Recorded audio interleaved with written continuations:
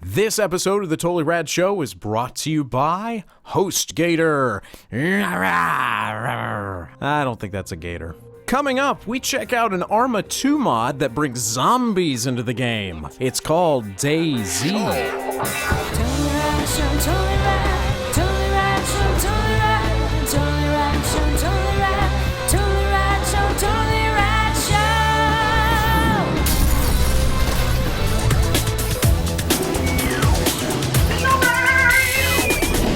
Summer is always a slow time for video games, but it gives us the perfect opportunity to check out something that might not be on your radar. It's something that I heard about from several viewers of the show that recommended it. It's a mod, a fan-made mod for ARMA 2. ARMA 2 is a big military, very precise simulation-style military squad-based shooter.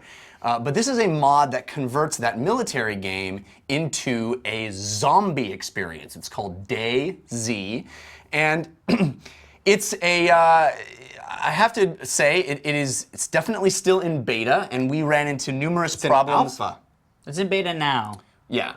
I mean, some of the videos said alpha because they were running the one that hadn't yet been beta. It's still beta, though. Regardless, it is, what I've said is it's not ready for prime time. It is clearly not a finished product, and we are...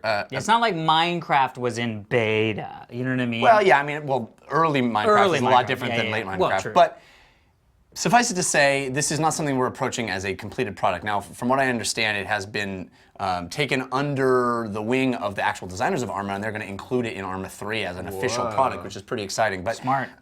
So this isn't so much a review. It's going to be talking about our experience with it, because we had, I should say right at the outset, lots of difficulties installing the game, getting it to work, finding each other in a... It is not for the faint of heart to attempt to play this game. It felt very satisfyingly 90s.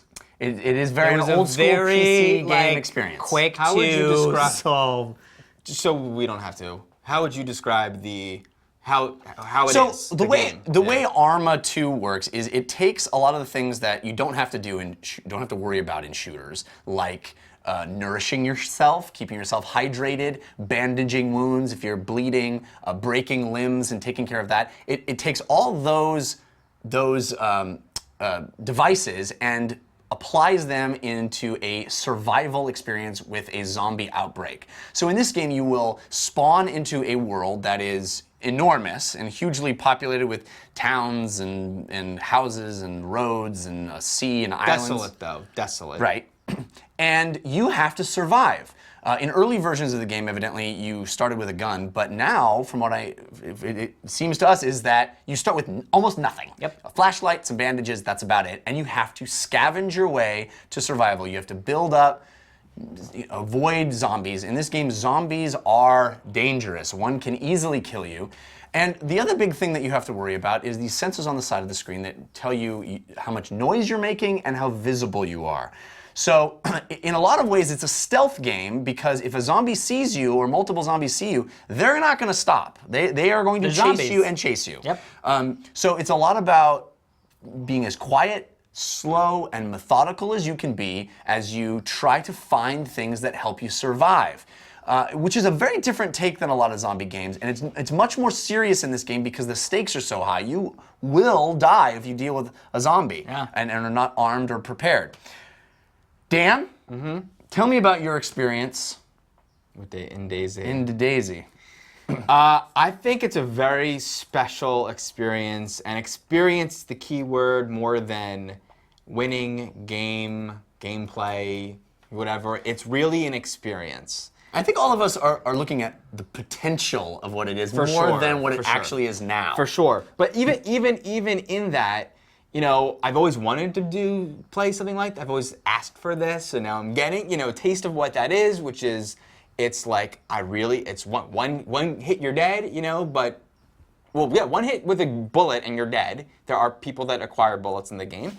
I love the idea, well, playing it isn't as fun as when I've just died, and I will then have to respawn and start from zero again. And when I think back on the adventure that I just had, and I go, that's a freaking awesome story. If I started out in the woods, and I needed to find anything to survive. And I'm in the woods, there's nothing there, and I'm running for what feels like hours. It's the good suck that we've talked about time and time again, where this sucks, this isn't fun, but because it's not fun, the joy of when I find my first hatchet or whatever it is, and I get attacked by zombies, I have to be stealth because I literally have nothing, and zombies are chasing me, and they eat me, but I've ran away enough to reach a housing structure, and my vision is going hazy because I've already used all my bandages and I have no more painkillers left. You're low on blood. And I'm low on blood, and I finally get to a structure, and I get a hatchet, and then I see a guy, and he's got a sniper rifle, and he shoots me in the face. You know? And that is an awesome issue of The Walking Dead. You know what I mean? Like, that story is a great zombie story that just happened to me. But then I play another thing, and I'm in the city, and now I've gotten awesome weapons, and I can got matches and got a hatchet so I can get wood from the thing, like Minecraft, from the trees, like just like you would in Minecraft. I can combine that to make a fire, and now I can get warm again, and like, this is awesome survival gameplay. The only issue I have is that there's no reason for me to turn it on and start playing.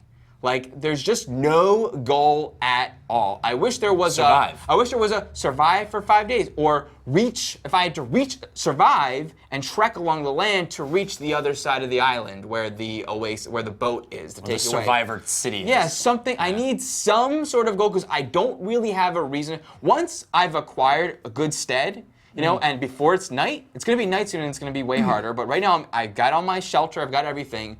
It's good. It's going good for me. Why do I have to turn it on again?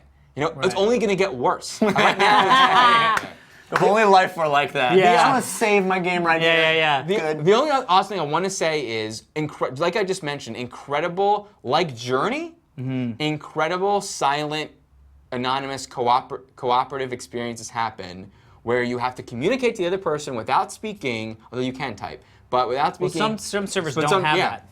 Like, I'm friendly, don't hurt me, and I got addicted to this guy, Northern Lion, on YouTube. You're just addicted to him? No, he posts videos. I first actually started watching his videos with the game Terraria. He played. Yeah. He's just a really charming guy, and he does these Let's Play where he's just playing a game, and you hear. I watched about 2 hours of him playing DayZ, and it's an incredible moment where he became friends with this guy, and they're like traveling, and they finally get to a place where there aren't any zombies around, because you can't really shoot people around zombies because zombies will swarm. Yeah. And he's like, "All right, guys, I think it's my moment." And he kills the guy and steals all his shit. And it's like this sad thing. He's like, "Okay, from now on, I'm never gonna do that again." Like, but it's this incredible story that's happening through the experience of it. Well, Alex, you and I had a non-anonymous co-op experience. Yeah. We were playing quite a lot with each other, and I have to say, I've never experienced a moment in a game quite like what we had with when we were on headset and we were crawling into trying to find anything to help us survive. Yeah. Talk about that.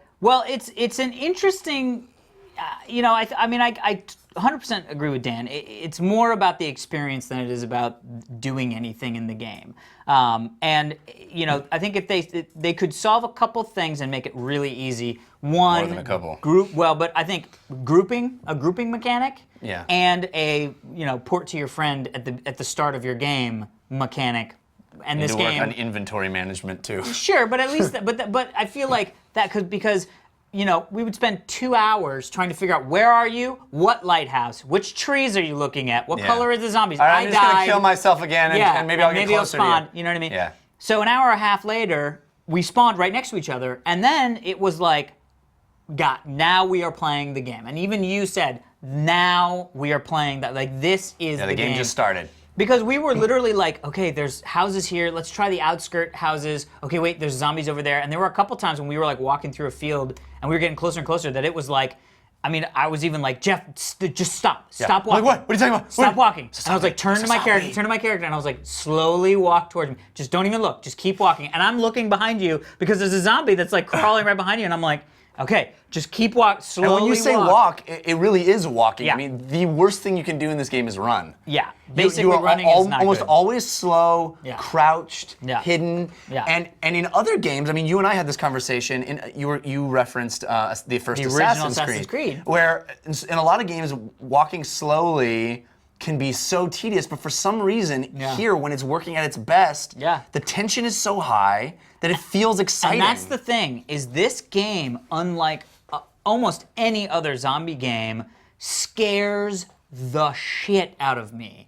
And it doesn't scare me with like, woo, zombie, you know what I mean? Or 100 zombies running at you and you're like, I'm afraid now. Yeah. Literally, it's like, I want to go inside that building. Okay, here we There's go. gonna be a zombie in there. Walk. Walk. And you hear like, What? Crouch. It is You know what I mean? The sounds aren't cued by a moment that's happening. The sounds are just atmospheric and they rotate. Yeah. So you hear really suddenly spooky music pops on. You go, oh crap! They're hitting. And then you go, it's just gonna. spooky It could be music. that. I could be on top of a roof and it's gonna happen. Yeah. You know, it's sort of a. It's bummer, an amazing experience that needs some polish, but that for the fact that this is a fan created mod for a game that really doesn't have anything to do with zombies, right. knock it out of the park. Yeah, I mean, I think it bears repeating that the Mishigas, to use Dan's word, that you have to deal with my people's word to really. get into this experience. It's hard for me to recommend this to people. If you don't already own ARMA 2 and you want to rush out and spend $30 to have this experience, be prepared to really struggle with it for a I think while. it's 30 or 40 bucks too. It was 30 20 and for 20. on Steam it was $30 for. It was 30 for the Oh, both. you could buy a pack? Yeah. I didn't know I needed both, so I just bought one and then bought the other. Well, anyway, It's a hard recommend. you're getting an actual game there that none of us have actually touched. Yeah, I know, right? But the they said that was like 1,000% increase in sales from Yeah. DayZ. Hell It's pretty yeah. funny. But there is such this potential peeking through of what this could be, and I want this game so bad. What this hints at, I want to be a real thing so bad because it is so. I've never had more excitement finding a gun in a game, or finding even an item. Stick. Yeah. Anything you can pick up is like the most exciting thing you've ever It really seen. is, and really that combining mechanic, that scavenging, and really feeling like I'm everything could possibly be useful, and I have to prioritize. And just the fact of sneaking around, I've never felt more like I was actually in an episode of Walking Dead or some other thing. I mean, we're whispering to each other, "Oh my God, there's a zombie to your right. There's a zombie to your right," and the moment where you were like swimming and bleeding, and I was just get to land, I was like, bandage me as soon as I hit land.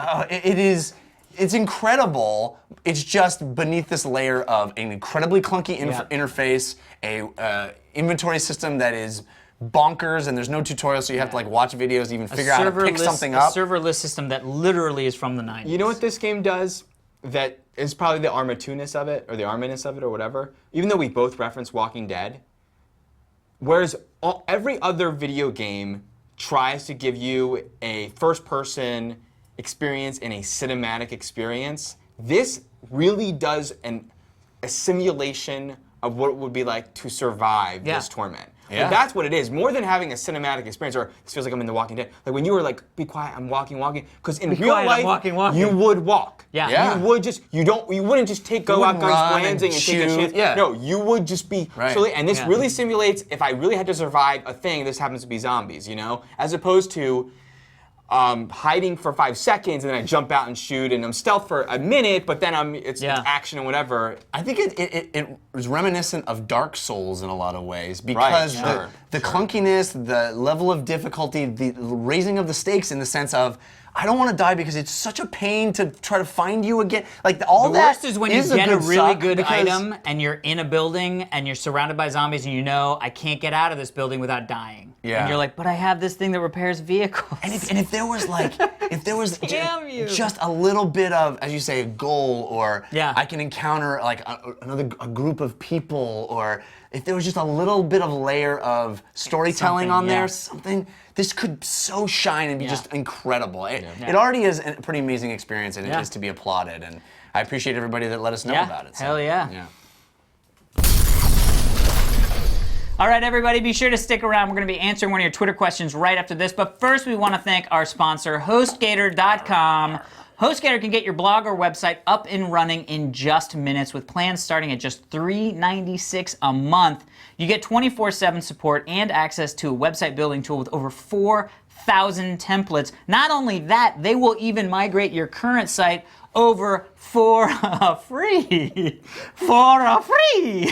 What if I'm worried about the environment? Well, Lucky you say. The servers over there at the HostGators are 130% powered by wind energy. Whoa, that sounds like a lot of percent. So many percent. For TRS viewers, HostGator is offering 25% off your order, or your first month is free. Just go to HostGator.com and enter the coupon code Totally Rad Show, all one word, at checkout. Do it. Amazing stuff. Save the planet. We will see you tomorrow. And host things. Join us tomorrow for another edition of Versus. Today's Twitter question sent in with the hashtag TRSQ is again from our good friend Richard Robinson, aka at Yippee-Ki-Yay. Like me, are you a sucker Are you a sucker for limited edition DVD/Blu-rays like the Alien Egg or the Blade Runner briefcase? Interesting. We have the Blade Runner briefcase. I have it. Yeah. So in yes, a place. you're a sucker. Are you a sucker I'm not for a these? sucker Okay, for full it. price? When I was a little kid, I loved it. There was the Necronomicon edition of Evil Yep. Dead. I wasn't that young for that, but I loved it because it was a mantelpiece. I liked collecting it, and it was like a cool toy. Really, it was like a cool toy. Like the Blade Runner one comes with the You don't unicorn. want to play with the But now Necronomicon. I don't really. I don't want to have More stuff. more Also, stuff. Although you did become a model builder, so that's But interesting. that's cool. Oh, as yeah. I'm making hard it. I'm not to just buying it. shelf-ize things that They have screw odd everything up. size and Yeah. shape. Screw it and, all up. Yeah.